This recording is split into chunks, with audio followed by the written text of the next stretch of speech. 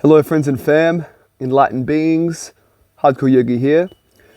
So I want to read to you something I wrote, a little document called What I Want Young People to Know About Substance Use. I feel that if people can learn these things and internalize these lessons early enough, it will really help their trajectory and their happiness. So let's crack into it. What I want young people to know about substance use. Over the last 2 years, I've fallen into a lot of substance use. It's been a reoccurring pattern for me over the last decade. But 2 years ago, right as I was coming cleaner than ever, life threw me some serious curveballs and I got sucked back into the whirlpool. After 2 years of heavy use, by my standards, this is what I want young people to know. Be careful with substances. And no, I'm not wagging my finger at you, perpetuating the propaganda that your baby boomer parents are telling you about. Don't do drugs, kids. All drugs are bad. Except alcohol, of course. I want to take a more nuanced view. One that acknowledges the likelihood that you will try substances, and that some substances have real benefit. I also want to offer guidelines for how to do it more safely and effectively. At the same time, I want to warn you of the very real dangers and pitfalls that can occur with too much drug use. I want to elucidate the good, the bad, and the ugly. The harm that comes from substance misuse is not always visible on the surface, like the junkie bum laying on the street. There are many people walking the streets with outwardly normal lives, but who are being eaten up from the inside out. Addiction can be so subtle and insidious, but harmful nonetheless. I know because I've been there. If you go too far into addiction, it is something you may carry with you for life. How does addiction silently destroy you? It stems from the addiction cycle. This is characterized by habitual use of a substance, which goes on for so long that it starts to turn on you.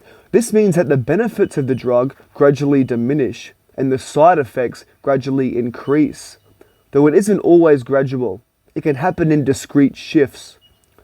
When the negatives of a substance start to outweigh the benefits, then quitting seems like a simple choice, right? Logically, yes, but it isn't so easy.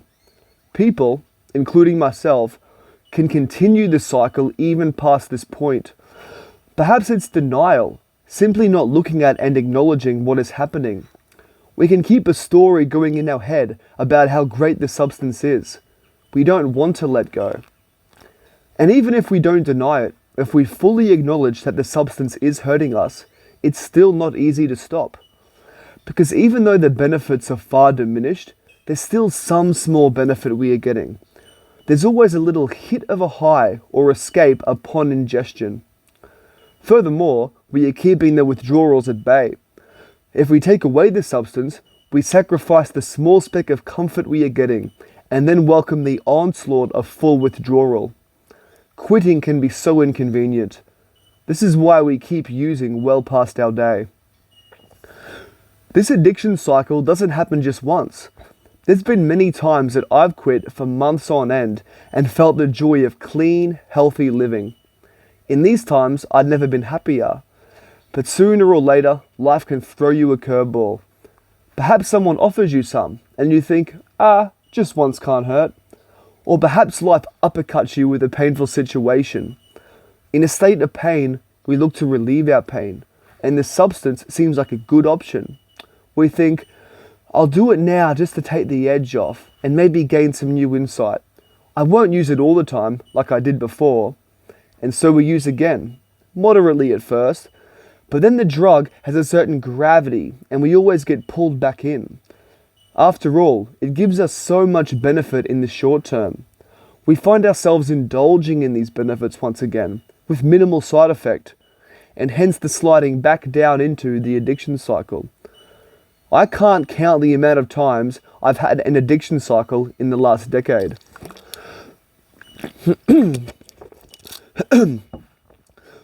Habitual use of most drugs will slowly sap your vitality, joy, peace, and clarity of mind. It becomes like a toxic gunk, and your body is taxed with the task of eliminating it.